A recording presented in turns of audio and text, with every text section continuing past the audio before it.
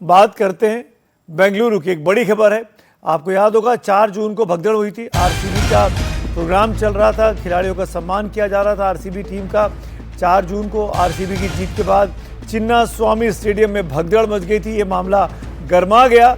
11 लोगों की 4 तारीख को मौत हुई थी और 64 लोग इस भगदड़ में घायल हुए थे। स्टेडियम में कार्यक्रम से पहले आरसीबी की टीम को कर्नाटक विधानसभा यानी विधान सौध में सम्मानित किया गया था और यहाँ भी बहुत भारी भीड़ जमा हुई थी। वो तस्वीरें भी हमने आपको दिखाई थी। इस बीच विधान सौध में सुधा में हुए कार्यक्रम से पहले पुलिस की लिखी एक चिट्ठी एनडीटीवी के पास है, जिसमें साफ तौर पर लिखा है कि लोगों की भारी भीड़ उमड़ सकती है, इसीलिए विधान सौध में जो कार्यक्रम होना है वहां लोगों का प्रवेश सीमित रखा जाए, कंट्रोल रखा जाए। विधान सौध में आरसीबी की टीम को मुख्यमंत्री सिद्धारमैया ने सम्मानित किया था। राज्यपाल थावरचंद गहलोत भी वहां मौजूद थे। विधान सौध में तैनात पुलिस कर्मियों ने लिखित में कहा था कि लोगों की भारी भीड़ सुरक्षा के लिए खतरा बन सकती है, क्योंकि विधान सौध की सुरक्षा विंग में पुलिस कर्मियों की कमी रहती है। ये सिफारिश की गई कि विधान सौध में पुलिस के लिए सभी ऑनलाइन और ऑफलाइन पास को पूरी तरह सीमित रखा जाए। ये भी कहा गया कि स्टाफ को अपने परिवारों को लाने के लिए मना किया जाए। विधान सौध की सुरक्षा में लगे पुलिस कर्मियों ने कहा कि कार्यक्रम के पहले सुरक्षा के लिहाज से विधान सौध के आसपास सीसीटीवी लगाए जाने जरूरी हैं।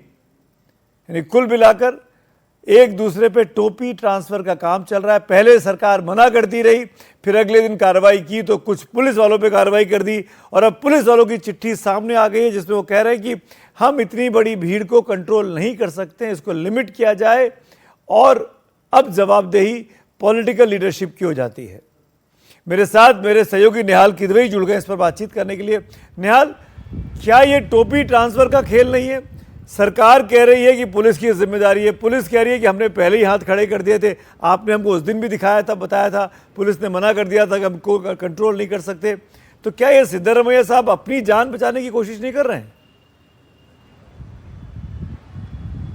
सीधे तौर पर मुख्यमंत्री सिद्धरमैया, उप मुख्यमंत्री डीके शिव कुमार और गृह मंत्री कर्नाटक के जी परमेश्वरा ये अपने आप को बचाने की कोशिश कर रहे हैं। इसके अलावा ये कुछ भी नहीं है। पुलिस कमिश्नर ने साफ कर दिया था कि विक्ट्री परेड नहीं निकाला जा सकता है, बहुत ज़्यादा क्राउड है और इसको हम कंट्रोल नहीं कर सकते हैं। 48 घंटे का वक्त चाहिए बैरिकेडिंग और प्रॉपर सुरक्षा व्यवस्था करने के लिए।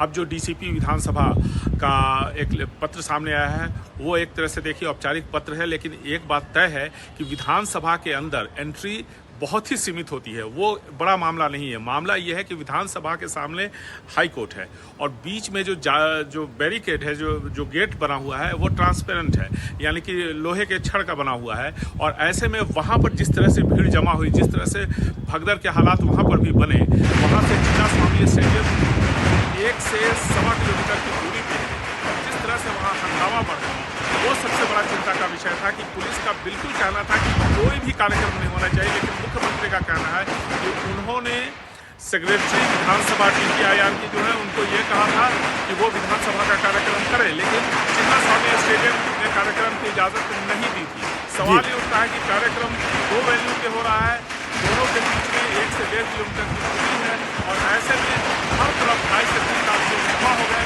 और फिर जो हुआ वो तस्वीरें आपने देखी, 11 लोगों की जान गई, 50 के आसपास लोग घायल हुए, उनमें से कई अभी अस्पताल में हैं। तो निश्चित तौर पर सरकार अपनी जवाबदेही और जिम्मेदारी से भागने की कोशिश कर रही है। एक क्विक रिस्पॉन्स हर चाहूंगा। सिद्धारमैया साहब ने कह दिया कि मेरा प्रोग्राम नहीं था, मैं तो इन्वाइटेड था उस प्रोग्राम में। ये कैसा जवाब है एक मुख्यमंत्री का? एक मुख्यमंत्री के तौर पर इंटेलिजेंस उनके पास है और जो जानकारी मेरे पास है, इंटेलिजेंस की तरफ से पूरी उनके पास जानकारी थी कि बहुत बड़ी भीड़ आ रही है। 5 बजे सुबह तक पुलिसकर्मी 3 तारीख को वहां पर आरसीबी जीता था, तो पूरे कर्नाटक में और बेंगलुरु में सारे पुलिसकर्मी उसको भीड़ पर नियंत्रण करने में लगे थे, जिस तरह से उपद्रव कर रहे थे सड़कों पर। इसके बाद अगर मुख्यमंत्री का ये कहना है कि उनको जानकारी नहीं थी, तो इतने समय से वो मुख्यमंत्री हैं, 4 दशक का उनका करियर है और हमेशा उप मुख्यमंत्री के पद में रहे। निहाल, कम से कम आपसे बातचीत के बाद और लगातार अपने कर्नाटका ब्यूरो की रिपोर्टर्स की तमाम खबरें जो आई हैं उसको देखने के बाद तो लगता है कि अपनी जिम्मेदारियों से बचने की भरपूर कोशिश कर्नाटक की सरकार और मुख्यमंत्री सिद्धारमैया करते हुए दिखाई दे रहे हैं।